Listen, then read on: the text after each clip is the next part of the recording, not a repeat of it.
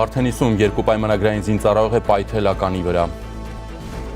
Հայաստանյան հանրությունը ցնցված է, մի խումբ դեռահասներ դաժան ծեծի եւ նվաստացման են ենթարկել մեկ այլ դեռահասի ու տեսանկարահանել։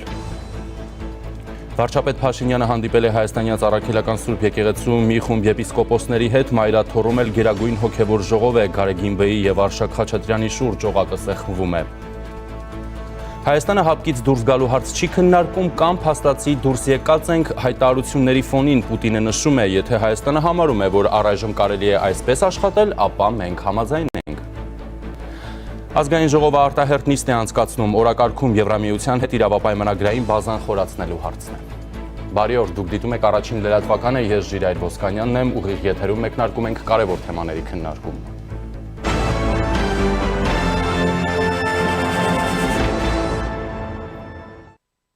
Եվ այսպես թողարկումը սկսենք մի քանի հրատապ տեղեկություններով։ Վարդենիսում երկու պայմանագրային զինծառայող է պայթելականի վրա։ Ծառայողական պարտականությունների կատարման հետ չկապված հանգամանքներում եւ ծառայողական պարտականություններ չկատարելիս են ստացել վնասվածքները, նաեւ նշվում է, որ նրանց կյանքին վտանգ չի սպառնում։ Մնացյալ հանգամանքների ճշտման ուղղությամբ պատկան մարմինները համապատասխան ուսումնասիրություն են կատարում, տեղեկացնում է Պաշտպանության նախարարության խոսնակը։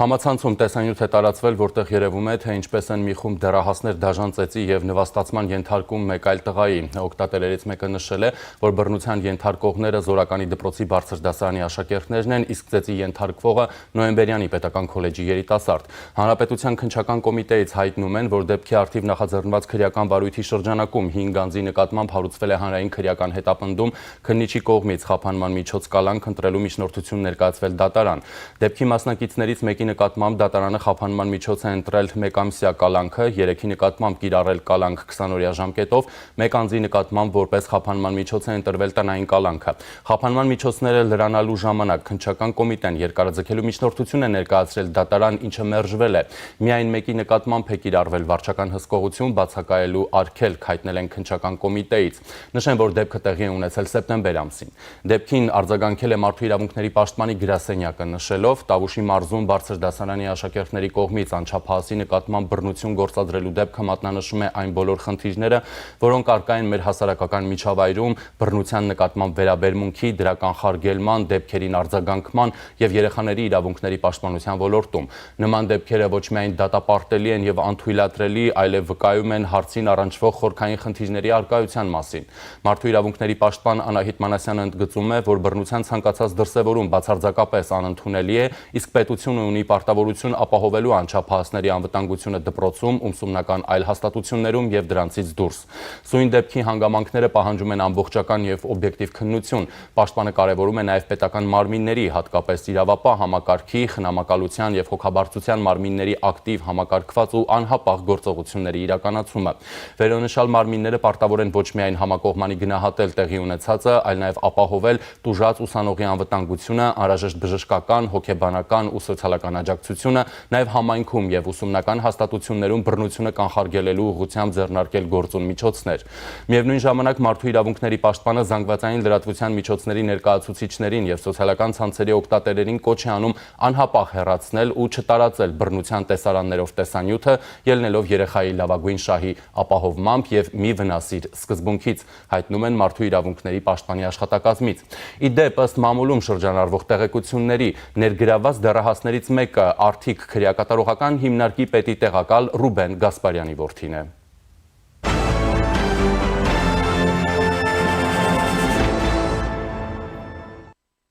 Նախորդային եպիսկոպոսների եւ արքեպիսկոպոսների տարածած հայտարարություններից հետո, որով ի դեպ նրանք պահանջում էին Արշակ Սրբազանի եւ Կաթողիկոսի հրաժարականը, վարչապետը լրագրողների հետ զրույցում հայտարարեց, որ նրանց հանդիպման է հրավիրում։ Նախ ասեմ, որ որպես Հայաստանյան Առաքելական Սուրբ եկեղեցու հետևորդ որդեական խոնարհությամբ եւ նախանձախնդրությամբ եմ ընդունել այդ հայտարարությունը, որպես պետության կառավարության ղեկավար վճռականությամբ եւ հաստատակամությամբ ողջունում եմ այդ հայտարարությունը, որովհետեւ կարծում եմ, որ այս հայտարարությունը նախ ցույց է տալիս որ մեր եկեղեցում կան հոգևորականներ, ովքեր նախանձախնդիր են եկեղեցու հոգևոր առաքելության իրականացման գործում եւ ես իհարկե սրբազան հայրերի համաձայնության դեպքում հենց այսօր նրանց կհրավիրեմ հանդիպում կխնդրեմ, որպեսզի նաեւ նրանց դիրքորոշումները, մոտեցումները հայտարարությունից բխող ավելի մանրամասն հասկանամ եւ իսկ իմ դիրքորոշումները նախկինում արտահայտելու առիթ ունեցել եմ եւ այդտեղ կարծում եմ նորություն չկա։ Ես գիտեք, այս պահից արդեն ասացի հնարավոր հանդիպումից հետո կամ ավելի ճիշտ միջև հնարավոր հանդիպումը լրացուցիչ մանրամասների մասին կամ լրացուցիչ մեկնաբանություններից ձեռնպահ կմնամ։ Կրկին ուզում եմ ասել, որ որպես պետության ղեկավար հաստատակամորեն եւ վճռականորեն ողջունում եմ այդ հայտարարությունը եւ նաեւ այն ընդունում եմ որպես հայաստանյան առաքելական Սուրբ եկեղեցու հետևորդ որդիական խոնարհությամբ եւ նախանձախնդրությամբ։ Հայտարարությամբ մի խումբ հոգևորականներ վեհափեր Հայրապետից պահանջում էին առժամանակ կասեցնել Մայրաթորի դիվանապետ Արշակ Խաչատրյանի պաշտոնավարումը բոլոր պաշտոններում եւ ծառայությունը եկեղեցում։ Եպիսկոպոսները պահանջել էին Արշակ Խաչատրյանին կարգալույծ անել, հիմնավորելով, որ Արշակի մասնակցությամբ հրապարակված էրոտիկ կադրերն անընդունելի են եւ նա պետք է կարգալույծ արվի։ Բանն այն է, որ քննչական կոմիտեի կողմից հանձնախմբին տրամադրված նյութերը հաստատվել են տեսանյութերում արկա տեղեկությունների իսկությունը։ Հանձնախումբը նույն օրը դիմել է կաթողիկոսին։ Վերջինս սակայն առ ոչինչ համարել իր իսկ կողմից ստեղծված հանձնախմբի ներկայացրած փորձաքննության արդյունքները։ Հայտարարության մեջ եպիսկոպոսները մասնավորապես նշում են, որ ծայրաստիճան, անհանգստացնող եւ խիստ տարակուսելի է կաթողիկոսի որդեգրած մոտեցումը հայ եկեղեցու հեղինակությունը վնասող այս չափազանց զգայուն հարցի առնչությամբ։ Հաշվի առնելով այն իրողությունը, որ Գարեգին Բ կաթողիկոսը ամեն գնով փորձում է կոծկել Արշակ Սրբազանի սրբապիղծ արարքը, դրանով իսկ դառնալով սրբապղծության հովանավոր, մենք մեզ վերապահված եպիսկոպոսական իշխանությամբ եւ իրավունքով հայտարարում ենք, որ Գարեգին Բ-ն անհավատարիմ է գտնվել կաթողիկոսական օծմամբ ստանձնած իր ուխտին, ուղիղ վարդապետությամբ հայ եկեղեցին առաջնորդելու։ Նրա վարքագիծը անհամատեղելի է հայ եկեղեցու կանոնական իրավունքին եւ վարդապետությանը, որը հղի է եկեղեցու ծոցում հերձված առաջացնելու վտանգով, նշվում է հայտարարությունում։ Հայտարարությունը ստորագրած հոգևորականները դիմել են մյուս եպիսկոպոսներին միանալու Էջմիածինը սրբապիղծ հոգևորականից եւ նրա մեղքը կիսողներից մաքրելու կենսական անհրաժեշտության գործին։ Նրանք խստորեն դատապարտել են կաթողիկոսին, նշելով, մեր սրբազան պարտքը կոչումն է անվնաս պահել հայ եկեղեցու հեղինակությունը վարկաբեկումից, նրա ամբողջությունը տրոհումից եւ թույլ չտալ դարերով սրբագործված եկեղեցական կարգի որևէ առճակատում եւ աղավաղում, բացառելով պատեհապաշտ ու կամայական գործելավոճը մեր եկեղեցու կյանքից ներս։ Հայտարարության տակ ստորագրել են Տեր Հովնան arczepiskopos Տերտերյանը, Նավասարդ arczepiskopos Կճոյանը, Առաքել arczepiskopos Քարամյանը, Սիոն arczepiskopos Ադամյանը, Վազգեն arczepiskopos Միրզախանյանը, Անուշավան եպիսկոպոս Ժամկոչյանը, Վրթանես եպիսկոպոս Աբրահամյանը, Արտակ եպիսկոպոս Տիգրանյանը եւ Գևորգ եպիսկոպոս Սարոյանը։ Երեք տեղի է ունեցել եպիսկոպոսների եւ arczepiskoposների հանդիպումը վարչապետ Նիկոլ Փաշինյանի հետ։ Վարչապետն իր խոսքում նշել է, չի կարող պետություն լինել առանց արժեքային համակարգի։ Մեր արժեքները առաջին հերթին առնչվում են մեր հոգևոր արժեքներին։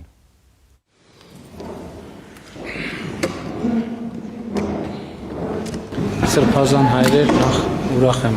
ձեզ տեսնելու համար եւ ուզում եմ շնորհակալություն հայտնել ձեզ ձեր սկզբունքային դիրքորոշման համար, որ դուք այսօր արտահայտել եք հրապարակային կերպով եւ գիտեք, ես կարծում եմ, որ այն թեման, որը արծարծել եք դուք ձեր հայտարարության մեջ, հանձնավորվածի միջոցով մենք շատ կարևոր մի ընդհանրական օրակարգի հետ ենք առնչվում։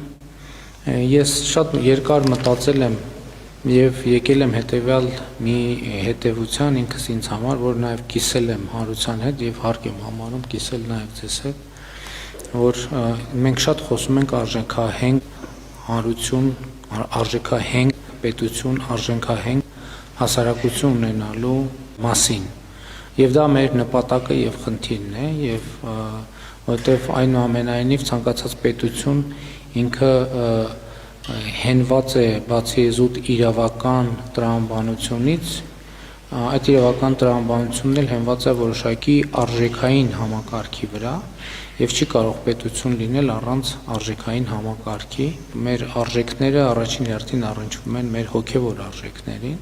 եւ իրականության մեջ ինչպիսի դեր ունեն մեզ համար հոգեվոր արժեքները, դրանք մեծապես կանխորոշում են նաեւ պետության ընդհանրապես արժեքահենք լինելը եւ հասարակության արժեքահենք լինելը եւ ես կարծում եմ, որ սա մի խնդիր է, որի հետ առնչվել է եւ որի վերաբերյալ դիրքորոշումներ արտահայտելը մեր պետության հետագա զարգացման եւ ճակատագրի համար ունի շատ կարեւոր առնչություն եւ ես կարդացել եմ ձեր հայտարարությունը հենց այդ դիտանկյունից, որ ես ամենայն դեպս տեսել եմ արտահայտությունը նույն կարգի մտահոգության, ուստի ես հարկ համարեցի հրավիրել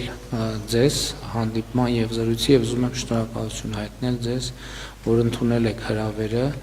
եւ պատրաստ եք նման խոսակցության եւ քննարկման։ Մայրաթորը կառավարությունում Նիկոլ Փաշինյանի եւ մի քանի եպիսկոպոսների հանդիպման վերաբերյալ մեկնաբանություն առայժմ չի տալիս։ Ի դեպ, Արշակ Սրբազանը նախորդին լրագրողների հետ զրույցում կասկածի տակ էր առել եպիսկոպոսների ստորագրությամբ հայտարարության իսկությունը, ավելին Մայրաթորից հեռանալու անհրաժեշտություն չի էլ տեսնում։ Այս ամբողջը եկեղեցու դեմ, եկեղեցականների դեմ իրականացվող արշավի ցայտուն դրսևորում է։ Մնացյալը, ինչպես ասում են, տեխնիկայի եւ տեխնոլոգիաների հարց է։ Ես անկեղծորեն ասած չեմ ցանկանում իմ դերակատարությունը որևէ ձևով գերագնահատել եւ կարծում եմ իրականության մեջ գերագնահատում են իմ դերակատարությունը։ Ես ընդամենը Մայրաթոր Սուրբ Էջմիածնից շարքային եպիսկոպոսներից մեկն եմ, որ ունի իր դիրքորոշումը, իր կեցվածքը, որը հավանաբար շատերին դուր չի գալիս։ Ես շատ բնական եմ համարում դա, որովհետև ինձ էլ շատերի դիրքորոշումը դուր չի գալիս։ Բայց ի տարբերություն ինձ, մարդիկ, ովքեր ունեն լծակներ, ռեսուրսներ, հետևողականորեն որոշել են իրենց դուր չեկող դիրքորոշումներով հանդես եկող անձին ոչնչացնել։ Ժամանակը ցույց կտա, ինչպես կստացվի։ Սրբազան հայրս ձեզ եկեղեցի։ Միայն ես կարող եմ ասել, որ իմ դիրքորոշումը եղել է, մնում է եւ շարունակելու է նույնը, չի փոխվելու։ Հարցին արդյոք ինքը չի մտածում որոշում կայացնի եւ հեռանա այս իրավիճակը հանդարտեցնելու համար, Արշակ Խաչատրյանը նշել է։ Ինչու համար հեռանամ։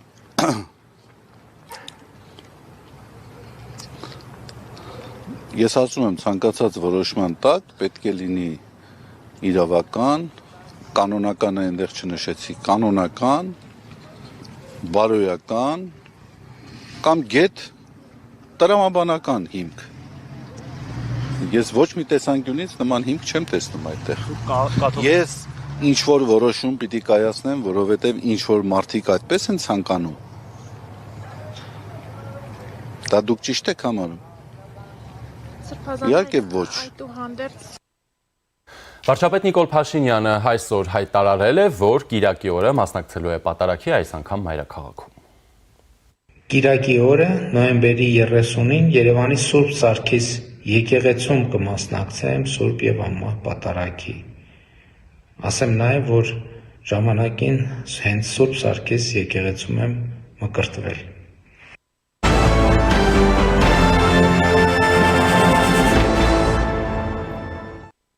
Այլ թեմաների մասին։ Ուզբեկստանի մայրաքաղաք Թաշկենտում անցկացվող Տրանսկասպյան տրանսպորտային միջանցքի եւ կապի ներդրողների համաժողովի շրջանակում Հայաստանի տարածքային կառավարման ու ենթակառուցվածքների նախարար Դավիթ Խուդատյանը հանդիպել է Եվրամիության ընդլայնման հարցերով հանձնակատար Մարթա Կորսի հետ։ Հանդիպման ընթացքում քննարկվել են Հայաստանի ենթակառուցվածքային ծրագրերում Եվրամիության առավել ակտիվ ներգրավվածության վերաբերյալ հարցեր։ Մարթա Կորսը ողջունել է Հայաստանի ձեռնարկած քայլերը տարածաշրջանում խաղաղության եւ կայունության հաստատման գործընթացում, նաեւ ընդգծել Հայաստանի կարևորությունը Եվրամիությունում կապակցման օրակարգում։ Անդրադարձել են երկուստեք հետաքրքրություն ներկայացնող մի շարք այլ հարցերի ևս։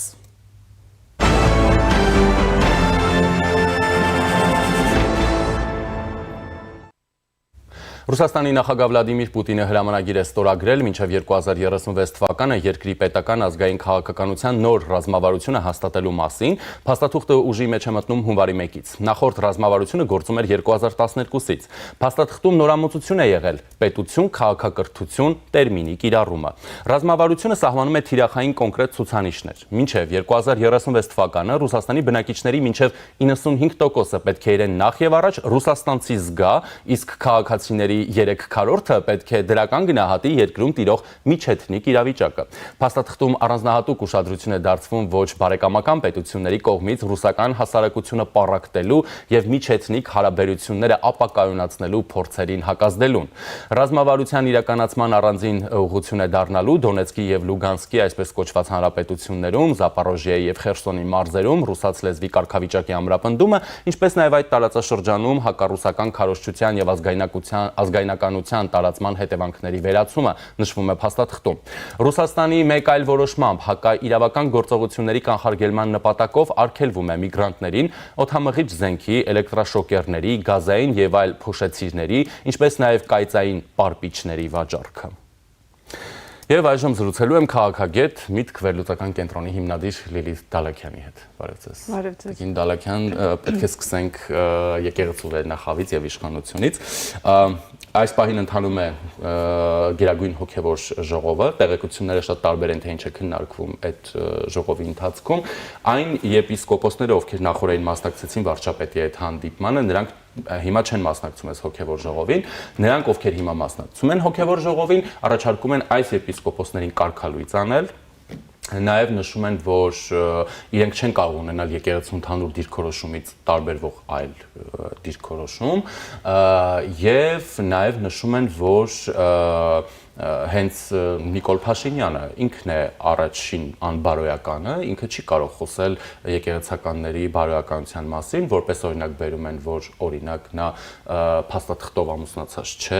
ունի զուգընկերուհի, ունի ապօրինի երեխաներ ու նման բաներ։ Հիմա եթե այս տրամաբանությամբ ենք առաջնորդվում, օրինակ ես կարող եմ առաջադրվել կաթողիկոսի թեկնածու, ենթադրում եմ, եթե աշխարհիկ մարդու եւ նմաբարձրաճար հոգեվորականի համար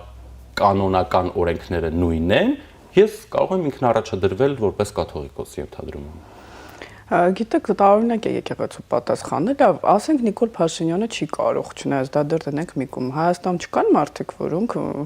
հետևում են ինչ-որ օրենքների, ուրեմն ես չեմ կարող ասել դա ընդհանուր պետք է լինի, կամ այդ օրենքները ով է սահմանել քաղաքացիական կյանքում այդպիսի օրենքներ չկան։ Կամ Գարեգին II-ը Նիկոլ Փաշինյանի հետ հանդիպել է, նրանք շփվել են, նոր է իմացել, որ նա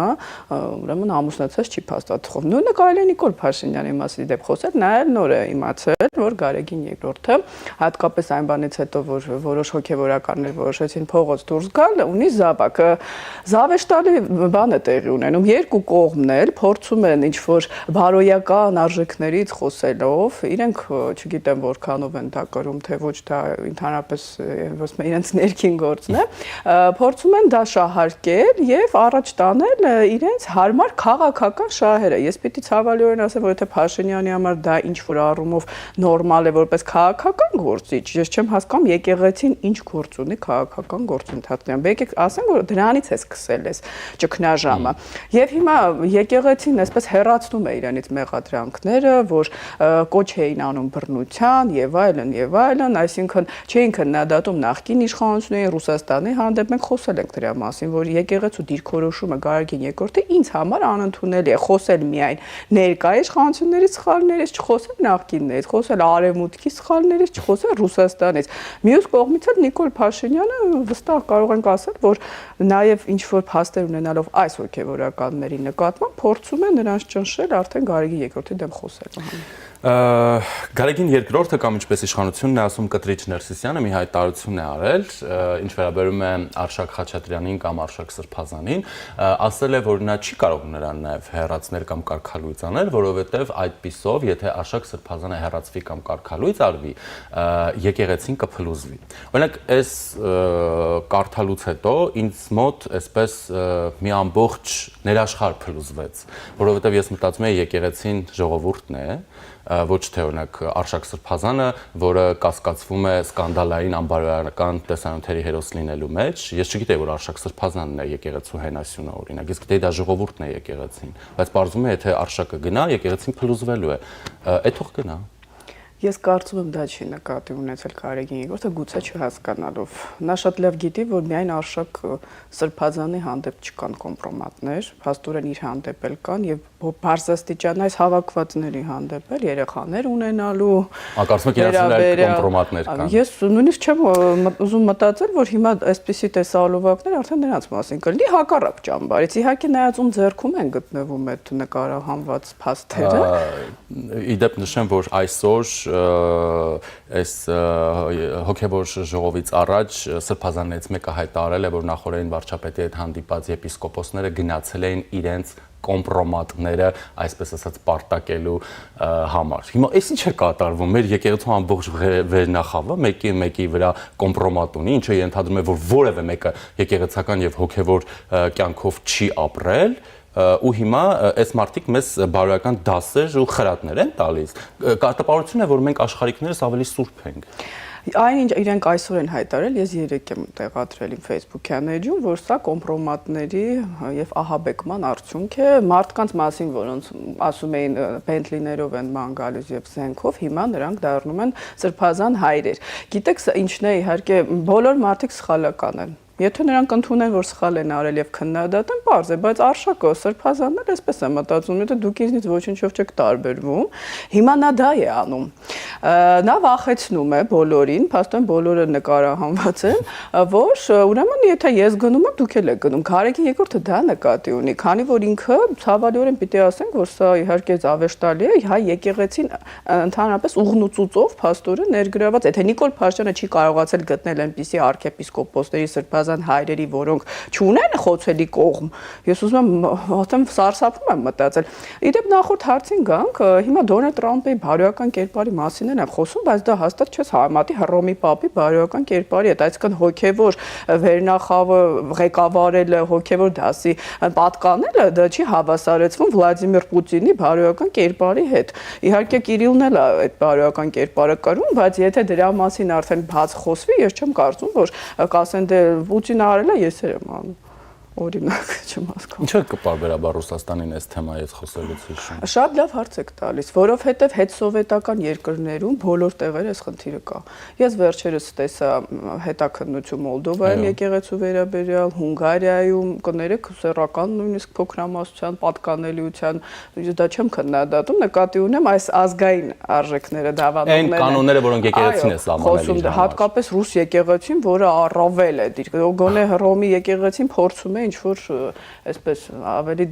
դրական կերպով իրեն դիրքավորել, այլ հարց է, որ ես դա կարող եմ ընդունել կամ ոչ, բայց վրացական եկեղեցում եղան սկանդալներ, այսինքն ինքը ռուս եկեղեցին այս ուղնուծուծով դրա մեջ է, այսինքն ինչ տեսել են հետսովետական ուրեմն եկեղեցիները տեսել են Մոսկվայում, դա էլ այսպես կոպիա է արվել, ինչպես կոռուպցիան, նույն արժեքները մեր եկեղեցու մոտ եւ ամենազավեշտալին այն է, որ իրենք ամենաբարձրն են քննադատում արևմուտքի այլասերությունները այն դեպքում եւ սա պատմության մեջ էլ եկեք ասենք, որ Հիտլերը նույն ինքը, որը ըստ փաստերի ամերիկյան պատկանում էր ուրեմն սեռական փոքրամասնիկ, պարզ ասենք, նա ամենաուժեղ քննադատն էր, կամ Վալոդինը, դա որը մեկը գաղտնիք չի Պետդումայի ղեկավարը, որը ամեն օր ԼԳԴՊ-ին քննադատում է, բայց բոլորը գիտեն, որ նա սուրոգատ մորից երեխա ունի, այդ փաստերը կա եւ ինքը ոչ ավանդական կողմնորոշում ունի։ Բոլորի վրա կոմպրոմատ կա, այս ինչ բան է։ Հետաքրքիր է ով է դա սկսել հավաքել, որովհետև ես այդպես էլ չհասկացա փորձաքննության արդյունքները Արշակ Սրբազան ասում չեմ ստացել, եթե այդպես է։ Այս եպիսկոպոսները ասում են հաստատվել է։ Փաստաբանն էլ ասում չեմ ստացել, ես որպես իրավաբան ուզում հասկանամ, եթե այդպեսի բաց կա, դա շատ վատ է, դա ցույց է տալիս, որ դատարանը նախորոք փաստերը տրամադրել։ Եկեղեցու ներսում են քննել, իրենք էլ են ինչ է հանձնախումբ արել դրա համար։ Դե, բայց փաստաբանը պիտի պահանջի, որ իրեն տրամադրվեն այսի փաստեր, այսինքն այդպես ամեն մեկը ինքը իրավունք չունի ինչ-որ փաստ վերհանի եւ ասի դա ճիշտ է, բայց ինքը Արշակ Սրբազանը չի հերքում, ես չեմ հասկանում նրա խոսքերը հերքման մասին չի։ Հարց է տալիս իր արարքից, նա խոսում է եկեղեցուց։ Ես չեմ հասկանում եւ էլի եմ ասում Հայաստանում ես երևի սուրբ մարդ չկա, հարցը դա չի, բայց եթե դուք փորձում եք ձեր սխալը անընդհատ առաջ տանել, այս նախկին իշխանությունների հետ շրջապատնել, այնպես է ցույց տալիս, որ սա հակաքրիստոնեական արշավ է, չեն ասում այս մարդիկ վարկաբեկում են եկեղեցին։ Սա կարծես մենք տարբեր իրականությունների մեջ ապրենք։ Որ ասացիք Արշակ Սրբազանը կամ Խաչատրյանին հարցնում են, եղել է թե չեղել, չի ասում, եկեղեցից է խոսում, ինձ հիշեցրեց օրինակ մեր փոխվարչապետ Մհեր Գրիգորյանը Եվրամիությունից հարց է տալի, ԵԱՏՄ-ից է խոսում։ Դե որովհետև Մհեր Գրիգորյանը նախկինում այնպիսի շրջանակներ է շփվել, որոնք վստահորեն ԵԱՏՄ կողմնակիցն են նայել, դրա ջատագովն է իմ կարծիքով։ Շատ լավ, սահուն այսպես անցնենք այդ թեմային, հա։ Ես նշեցի, որ Մարտակոսի հետ է հանդիպել Դավիթ Խուդատյան Ուզբեկստանում եւ քննարկել են Մարտակոսը Եվրամիության ընդլայնման հանձնակատարն է, քննարկել են Եվրամիություն Հայաստան հարցեր, առավել խորացման, ինտեգրացիոն եւ շեշտվել է, ինչը կարծում եմ այդ հաղորդագրության ամենակարևոր կետերից մեկն է Հայաստանի ենթակառուցվածքային նախագծերում Եվրամիության առավել ակտիվ ներկայությունը։ Հա, օրինակ այդ ներկայությունը ինչպեսին կարող է լինել, ես ուզում եմ հիշեցնել, որ վերջերս էլ Հայաստանում Եվրամիության դեսպան Մարագոսն էր նշել Սյունիքում, որ ի սկզբանե իրենք խաղաղության խաչմերուկով ողջունել էին եւ պատրաստ են եղել դրանում ունենալ Եվրամիության տարբեր գործիքների ներդրումը։ Խաղաղության խաչմերուկը այս մի 2 տարուց ավել է կա, հա, ինչու՞ բա որևէ ակտիվ ներդրում տեղի չի ունեցել։ Ես նկատի չունեմ միայն օրինակ Սյունիքը կամ արդեն Թրամփի այդ ճանապարհը մենք ուրիշ սահմանային հատվածներում էլ ու առհասարակ ենթակառուցվածքների խնդիրներ ունենք, հա, հազարումի։ Բա ինչու չի եղել։ Գիտեք, դա կարող են բացատրել Եվրամիության հետ աշխատող շրջանակները, որոնց մասին ես քննադատաբար խոսել եմ, բայց իրենք ասում են, որ ամեն ինչ այդտեղ իդեալական է, մենք 99%-ով համապատասխանում ենք Եվրամիության թեկնածուի կարգավիճակին, Եվրամիության հետ ունենք ամենաջերմ հարաբերությունները։ Ես փաստերով չեմ կարող ասել ինչի չի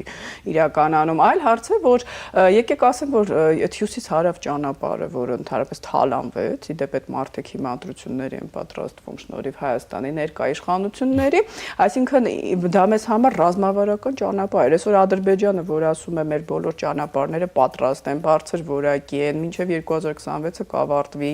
այսինքն մենք ինչու ենք այս հարցում անդադ կաղում։ Այո, մենք պիտի բերենք, եկեք ապագայից խոսենք Եվրամիության ներդրումները, հատկապես եկեք հասկանանք, որ Վրաստանի շեղումից հետո դեպի Եվրոպա Հայաստանը առավել կարևոր դիրք է ստանձնել։ Դե Ադրբեջանը ավտորիտար երկիր է, երբեք էլ Եվրամիությունը այդպես 100%-ով հույս չի դնում Ադրբեջանի վրա, հաշվի առնելով այնտեղ ռուսական ու թուրքական գործոնը, բայց Հայաստանը դառնում է կարևոր։ Հիմա մենք պիտի օգտվենք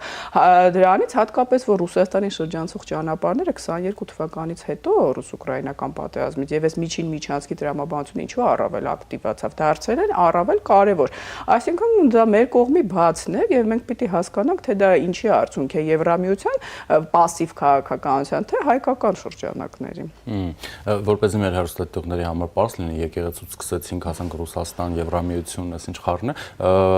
շատերը նշում են, որ այս եկեղեցու թեմայի տակ նաև աշխարհաքաղաքական հարցեր կան, կամ եկեղեցու վերնախավը ինքն է դա ընդգծում, օրինակ պարբերաբար դեմ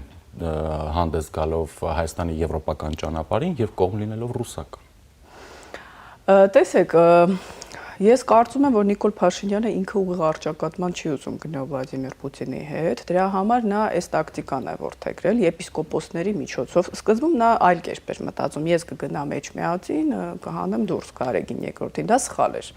Այս տակտիկան ինչ որ առումով ճիշտ է իր իհարկե տեսանկյունից ու ես ինչ կապ ունեմ, եթե Ռուսաստանից լինի արձագանք Մարիա Զախարովայի կողմից, դա ես կապ չունեմ, եպիսկոպոսները խոսում են բարոյականությունից։ Այլ հարց է, որ Ռուսաստանը կարող է, եթե այստեղ խնդիրներ կան, ցույց տալ, որ սա բարոյականության հետ կապ չունի։ Դրա համար ես չեմ ողջունում այս մարդկանց միջոցով։ Ես լսում եմ շատերն ասում են, դե հիմա այս ունենք, իրանք են անում։ Այսինքն մենք ընդունենք, որ հայ եկեղեցում մաքուր թող բարթապետ լինի, մարդիկ չկան։ Ես կասկածում եմ, ինչու՞ է բարձր պաշտոններ զբաղեցնողների, եթե բոլորի դեմ կոմպրոմատ ունեն, ուրեմն ես չգիտեմ, դա ինչով կարելի է համարել մաքրման գործընթաց, լավ, նույնիսկ այդ բառերը թողենք մի կողմ, ճամարտակությունը, շատ ներողություն, այսինքն Ռուսաստանը իր հակաքայլերը ունենալու է այդտեղ, չէ՞։ Հիմա մենք ո՞նց ենք պաշտպանելու այս շրջանակին, եթե վաղը մյուս օր իրանց մասին ավելի վատ բաներ տեսնենք, գանք ինչ ասենք դե հիմա հանուն Հայաստանի են անում, լավ են անում, այսինքն բարդ է, հա, եկեղեցին հետ սովետ սովետական երկրներում եւ դա գաղտնիք չի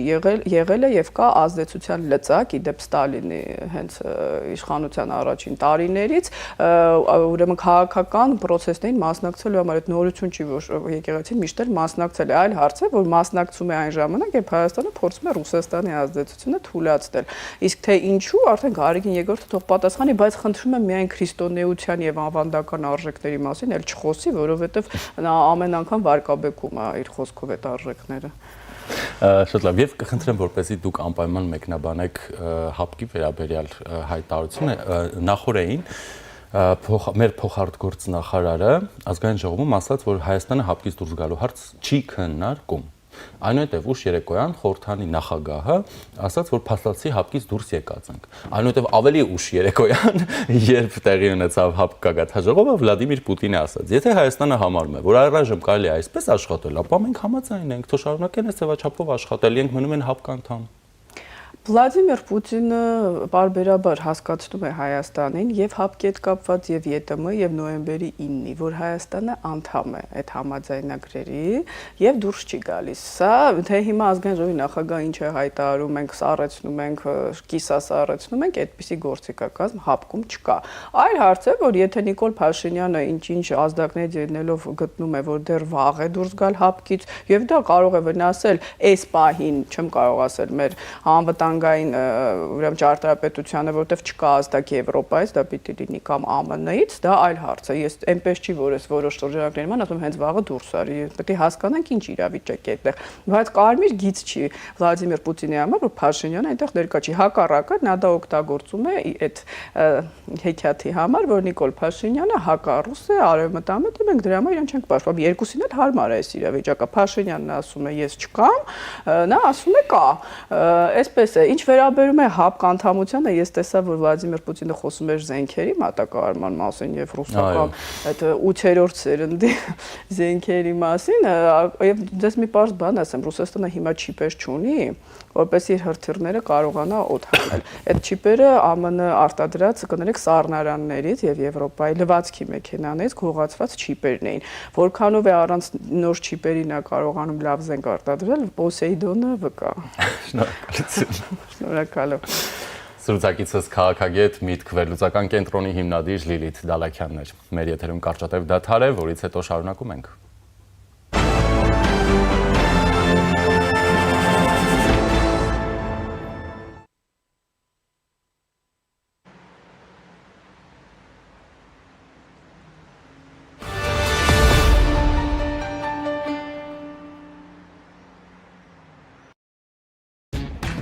Սև ուրբաթին գնում ենք իդեալը թալանելու, իսկ ապառիկ թալանելու դեպքում գործում է աննախադեպ 24 ամիս անտոկոս ապառիկ։ 24 ամիս անտոկոս ապառիկ իդեալ համակարգում։ Նոյեմբերի 28-ին, 29-ին եւ 30-ին իդեալ համակարգի ողջ տեսականին ձեռք բերեք 24 ամիս անտոկոս ապառիկով։ 0% կանխավճար, 0% սպասարկման վճար եւ 0% տոկոսադրույք։ Սև ուրբաթ, ուրեմն իդեալ։ Մանրամասները idealsystem.am։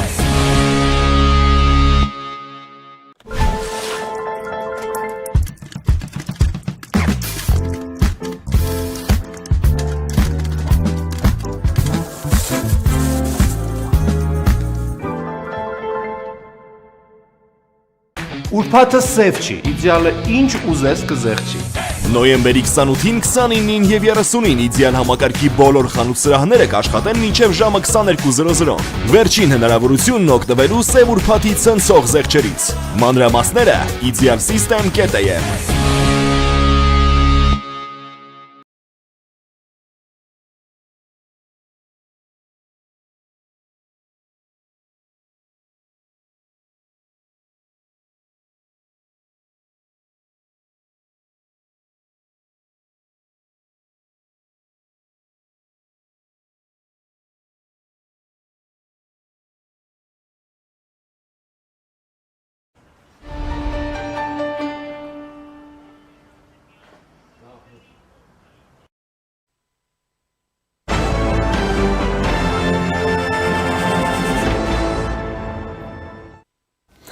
Qırğızstani մայրաքաղաք Բիշքեքում տեղի ունեցած ՀԱՊԿ քաղաքական անվտանգության խորհրդի նիստին Հայաստանը չի մասնակցել։ Հայաստանը վերջին անգամ լիարժեք մասնակցել է ՀԱՊԿ-ի միջոցառմանը 2022 թվականի նոյեմբերի 23-ին, երբ տեղի ունեցավ հավաքական անվտանգության խորհրդի կանոնավոր հանդիպումը, որին մասնակցում էին բոլոր անդամ պետությունների առաջնորդները, այդ թվում Հայաստանի վարչապետը։ Այդ հանդիպման ժամանակ քննարկվեցին միջազգային տարածաշրջանային անվտանգության հարցեր, սակայն Հայաստանը հրաժարվեց ստորագրել համատեղ հայտարարությունը, պահանջելով ՀԱՊԿ-ից ավելի կոնկրետ քայլեր Ադրբեջանի ագրեսիայի դեմ։ 23 թվականից սկսած Հայաստանը սկսեց բոյկոտել ՀԱՊԿ-ի միջոցառումները։ 23 թվականի հունվարին հրաժարվեց հյուրընկալել ՀԱՊԿ-ի համատեղ զորավարժությունները կազմակերպության կողմից Ադրբեջանի գործողությունների դեմ դիրքորոշման բացակայության պատճառով։ 23 թվականի հոկտեմբերին չմասնակցեց Կենտրոնական Ասիայի համագործակցության գագաթաժողովին Ղրղստանում եւ հրաժարվեց զորավարժություններից։ 23 թվականի նոյեմբերին Մինսկում տեղի ունեցած ՀԱՊԿ գագաթաժողովին չմասնակցեց, ինչը հաստատում է, որ 22-ի նոյեմբերից հետո լիարժեք մասնակցություն չի եղել։ Մասնակցության սառեցումը պաշտոնապես հայտարարվեց 2024 թվականի փետրվարի 23-ին, երբ վարչապետ Փաշինյանը France 24 հեռուստաալիքին տված հարցազրույցում ասաց, որ Հայաստանը հիմնականում սառեցրել է իր մասնակցությունը ՀԱՊԿ-ին, քանի որ կազմակերպությունը ձախողել է իր պարտավորությունները, չապահովելով Հայաստանի անվտանգությունը 2022 թվականի սեպտեմբերի իրադարձությունների ժամանակ։ Այդ պայից հետո Հայաստանը չի մասնակցել ոչ մի կարևոր միջոցառման, այդ թվում զորավարժությունների, բյուջեի ներդրումների եւ այլ իրադարձությունների։ ՀԱՊԿ-ից դուրս գալու հարց, այնուամենայնիվ Հայաստանի արտգործնախարարության օրակարգում չկա, այս մասին լրագրողների հետ զրույցում ասաց արտաքին գործերի փոխնախարար Մնացական Սաֆարյանը։ Նրա խոսքով Հայաստանը չի մասնակցում, բայց եւ չի խոչընդոտում որոշումների փաստաթղթերի ընդունմանը։ Հարցին, եթե չի մասնակցում, չի խոչընդոտում, հայտարարում են, որ սառեցված է Հայաստանի մասնակցությունը, ինչու դուրս չեն գալիս ՀԱՊԿ-ից, Սաֆարյանը պատասխանեց։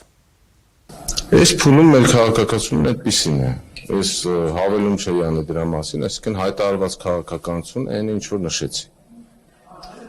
Պատճառ կար մնալու, ուզում եք հասկանալ, պատճառը ո՞ր է, որ դեռ հապաղում ենք, մնում ենք։ Այդ քաղաքականությունը հանրությանը չի բացահայտում, ո՞րն է պատճառը։ Եթե հավելյալ դիրքորոշումներ կամ քայլեր լինեն, մենք դրա մասին կտեղեկացնենք, բայց այս փուլում այսպիսին է քաղաքականությունը։ Մտավախություն կա, որ ռուսների հետ հարաբերությունները կարող են ավելի լարվեն, դրա համար եք այսպես ոչ այստեղ եք, ոչ այնտեղ եք։ Մենք այսինքն Հայաստանը վարում է իր արտաքին քաղաքականությունը շահերի հիման վրա, ըստ իրավիճակի, ըստ ձևավորվող իրավիճակի եւ հայտարարվել է Հայաստանի եւ դիվերսիֆիկացման քաղաքականության մասին եւ բալանսավորման եւ բալանսավորելու քաղաքականության մասին ըստ այդպիսի կոնկրետ իրավիճակի Հայաստանը կատարում է ընդունում է որոշումներ։ Իսկ նախորդին Հայաստանի ազգային ժողովի նախագահ Ալեն Սիմոնյանը հայտարարեց, որ փաստացի ՀԱՊԿ-ից դուրս եկած ենք։ Երեկ էլ Ռուսաստանի նախագահ Վլադիմիր Պուտինը լրագրողների հետ զրույցում անդրադարձել է Հայաստանի ՀԱՊԿ գագաթաժողովներին ներկա չլինելուն։ ՀԱՊԿ հավաքներին չմասնակցելը Երևանի ընտրությունն է, որը մենք հարգում ենք Բիշքեքում, ասաց Վլադիմիր Պուտինը։ Հայաստանի դիրքորոշումը հայտնի է, մեր հայ գործընկերներն ասում են, մենք պաշտպանում ենք բոլոր որոշումները, որ կայացվում են ՀԱՊԿ-ի կողմից, մենք մեզ համարում ենք դաշինքի անդամ, բայց այս փուլում ձեռնպահ ենք մնում կազմակերպության նիստերին մասնակցելուց, մանրամասնել է Պուտինը։ Դա Հայաստանի ընտրությունն է, եթե նրանք համարում են, որ առայժմ կարելի է այդպես աշխատել, ապա մենք համաձայն ենք, նշել է Ռուսաստանի նախագահը։ Բացի այդ, Պուտինը մի շարք ուշագրավ հայտարարություններ է արել, հավաքական անվտանգության պայմանագրի կազմակերպությունը սպառնալիք չի ներկայացնում այլ երկրների համար, բայց պետք է պատրաստ լինի հետ մղել ցանկացած ագրեսիան, նշել է նա։ Պուտինը ընդգծել է, որ Ռուսաստանը պատրաստ է սպառազինությամբ ու տեխնիկայով կիսվել ՀԱՊԿ գործընկերների հետ, իսկ անօդաչու թռչող սարքերի ոլորտում հայրենական պաշտպանական արդյունաբերության ձեռքբերումները նա անվանել է հեղափոխություն։ Ընդ որում, երկրի ղեկավարը նշել է, որ այսպես կոչված հատուկ գործողության պայմաններում առաջնային է մնում սեփական պաշտպանական կարիքների ապահովումը։ Պուտինը նաև հայտնել է, որ ՀԱՊԿ երկրները կշարունակեն համատեղ զորավարժությունները, ներառյալ հատուկ ծառայությունների փոխգործակցությունը եւ ընդգծել, որ կազմակերպության աշխատանքը կայունության գործոն է ներկայիս բարդ իրավիճակում։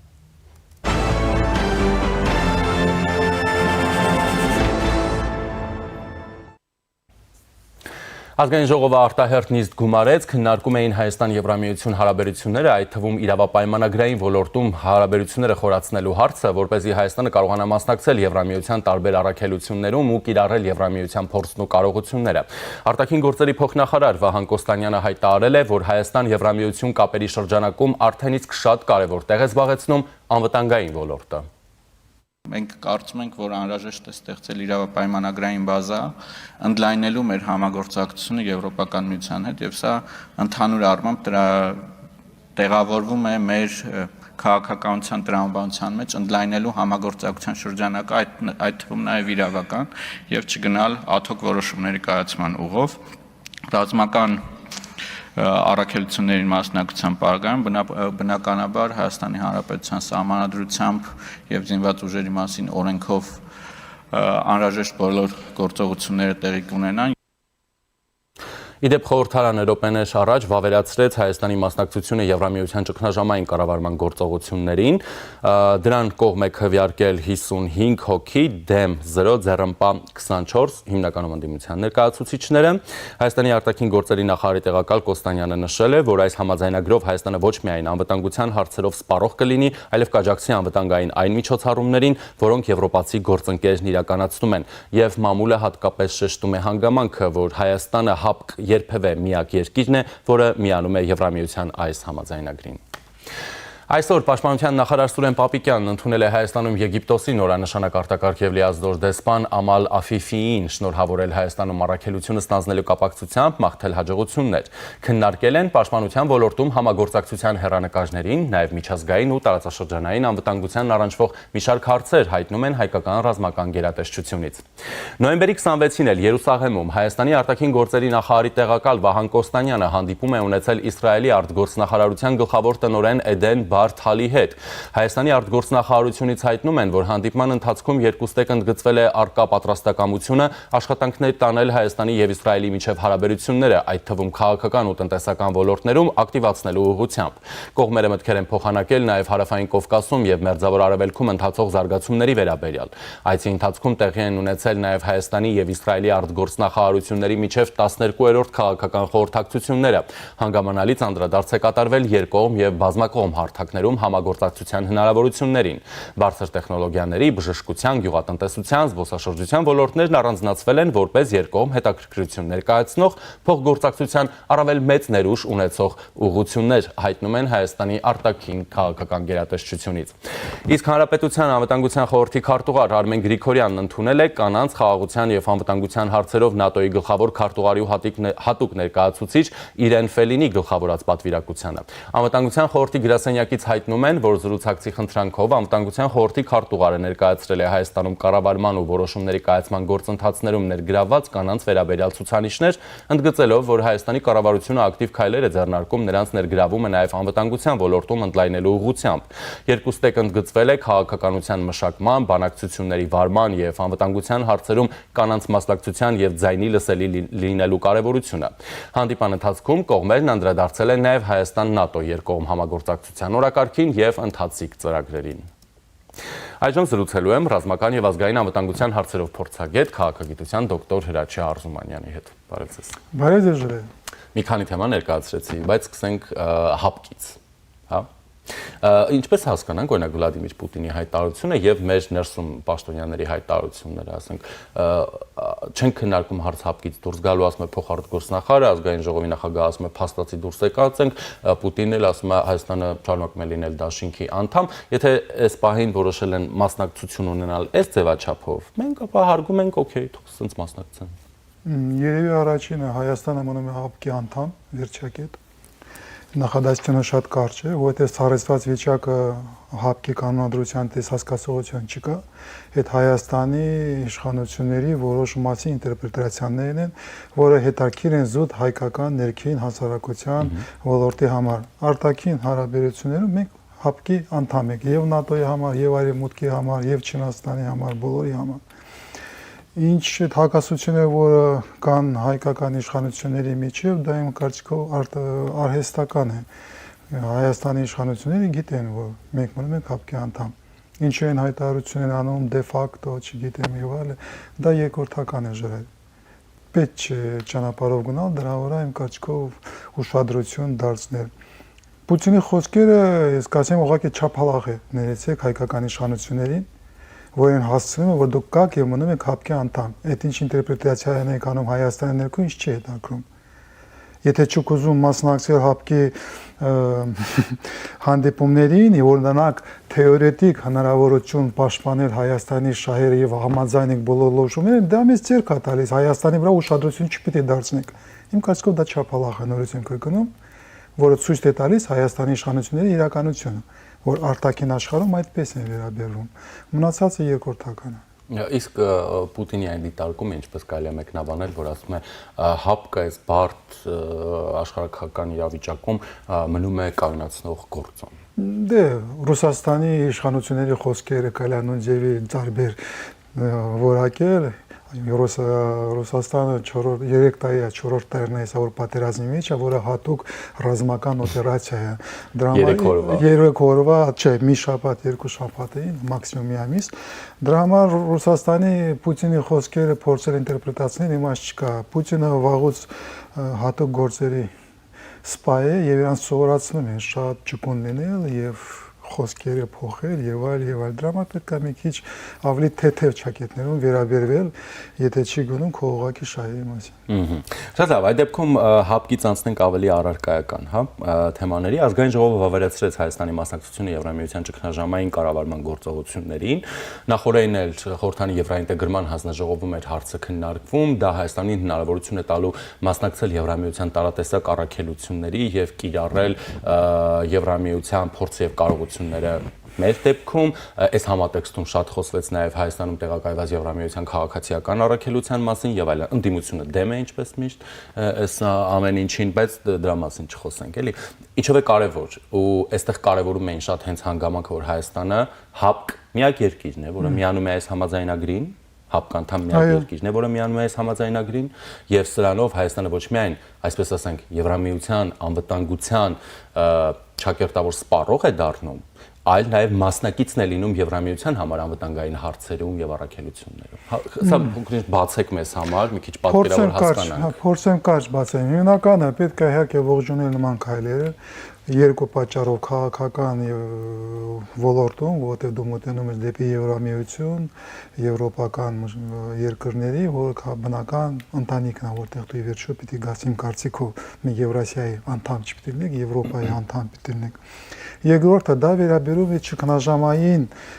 քաղաքականության եւ ռազմավարության։ Ճգնաժամային վիճակը, այդ կարելի ասել երկրորդ մեծ վիճակն է, որը պետությունները ապրում են։ Տենց կարելի է ձևավորել, կա խաղաղ ժամանակներ, կա ճգնաժամային ժամանակ եւ կա պատերազմական ժամանակ։ Ճգնաժամը այդ ավելի խիստ մեթոդներ է։ Այդ խիստ մեթոդները, ստանդարտները դու պիտի սկսես Հայաստանում փոխել եւ Հայաստանը պատրաստել եվրոպական ստանդարտներին, ոնց են եվրոպական երկրները, Եվրոմիությունը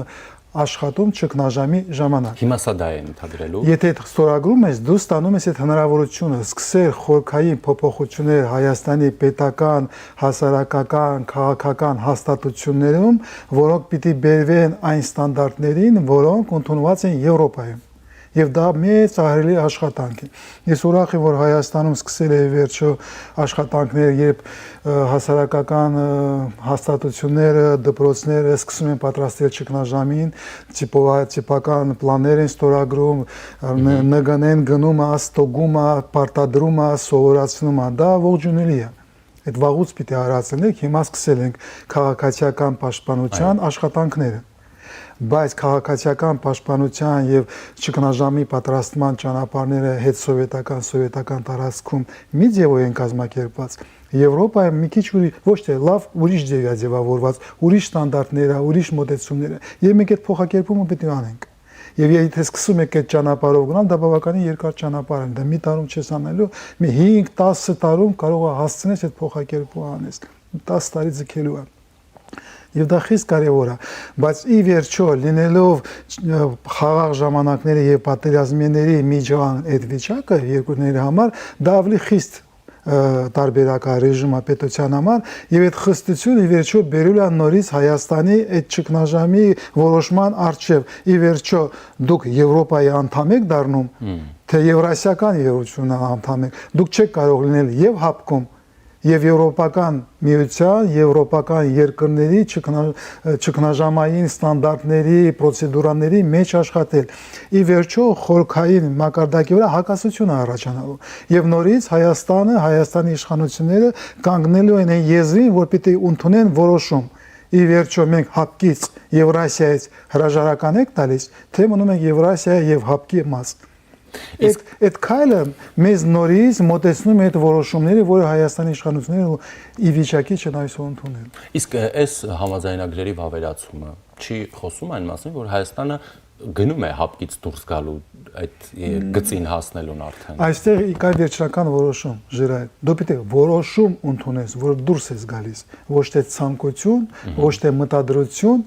ոչ թե երազ, որ դուրս ես եկել, բայց ի վերջո գալիս է մի պահ, երբ դու պիտի որոշում ընդունես։ Իմ կարծիքով այդ որոշումը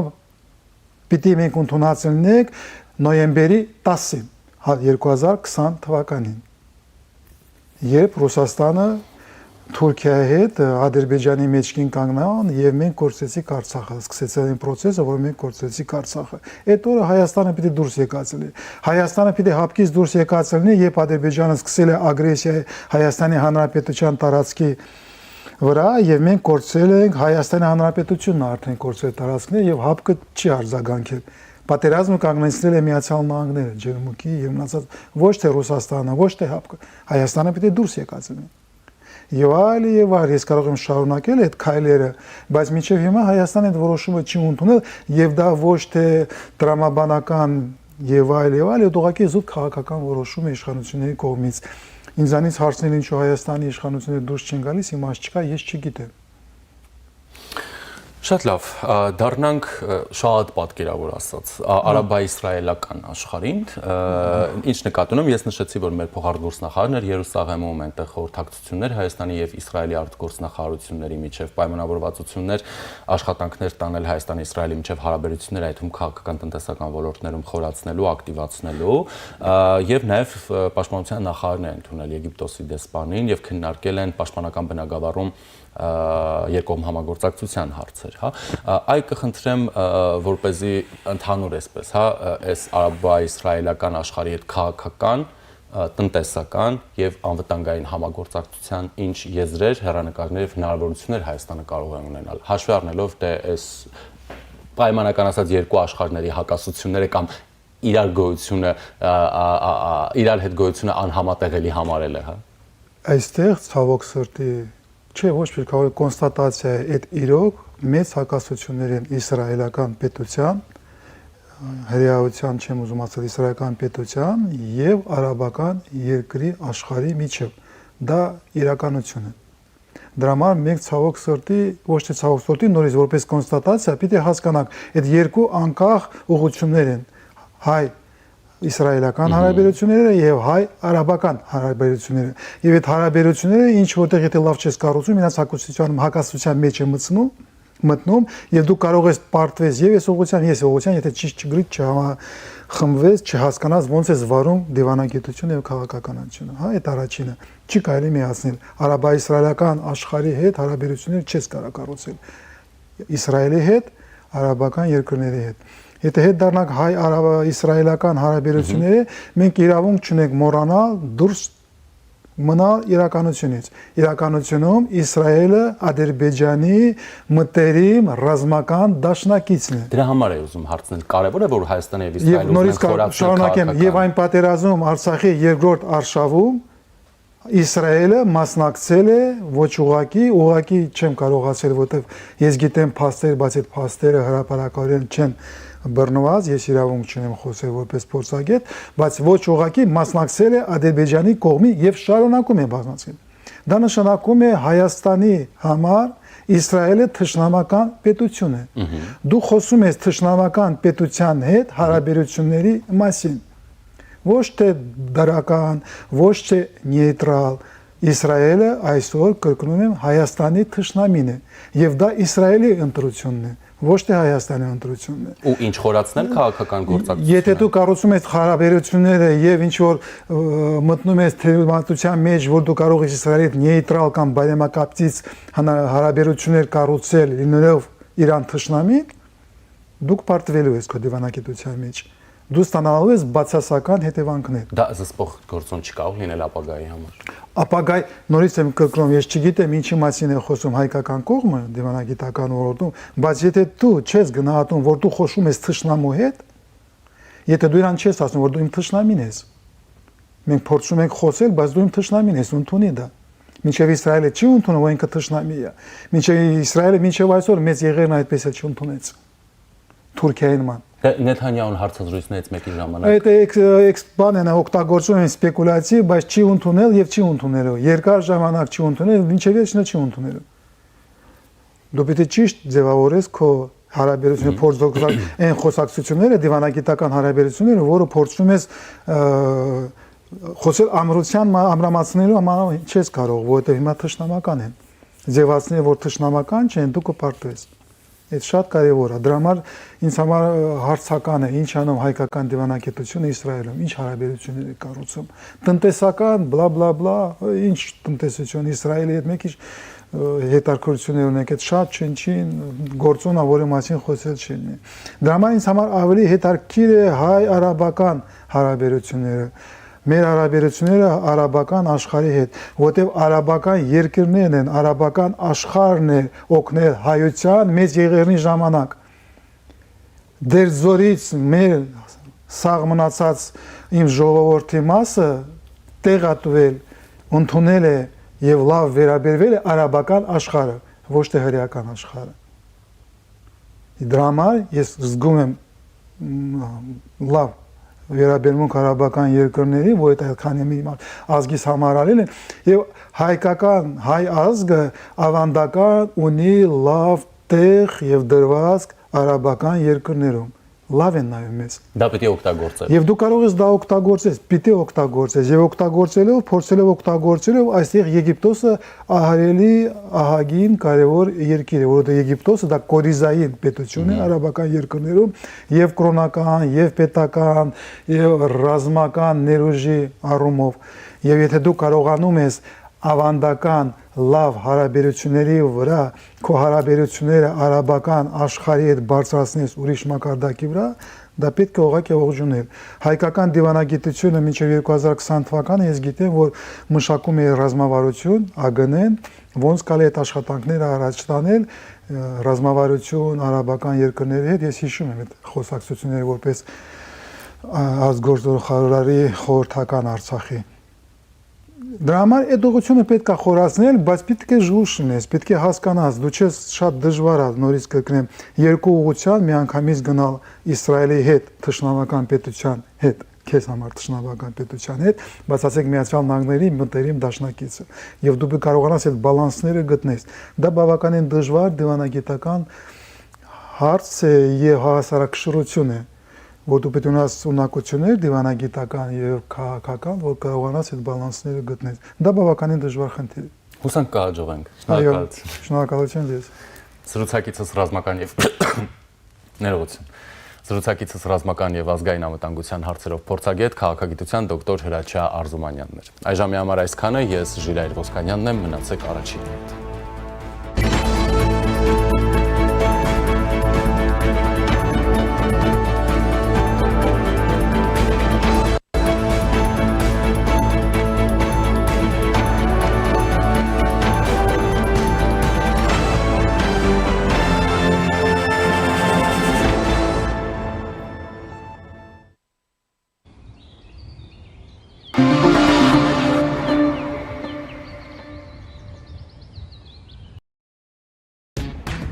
Սև ուրբաթին գնում ենք իդեալը թալանելու, իսկ ապառիկ թալանելու դեպքում գործում է աննախադեպ 24 ամիս անտոկոս ապառիկ։ 24 ամիս անտոկոս ապառիկ իդեալ համակարգում։ Նոյեմբերի 28-ին, 29-ին եւ 30-ին իդեալ համակարգի ողջ տեսականին ձեռք բերեք 24 ամիս անտոկոս ապառիկով։ 0% կանխավճար, 0% սպասարկման վճար եւ 0% տոկոսադրույք։ Սև ուրբաթ, ուրեմն իդեալ։ Մանրամասները idealsystem.am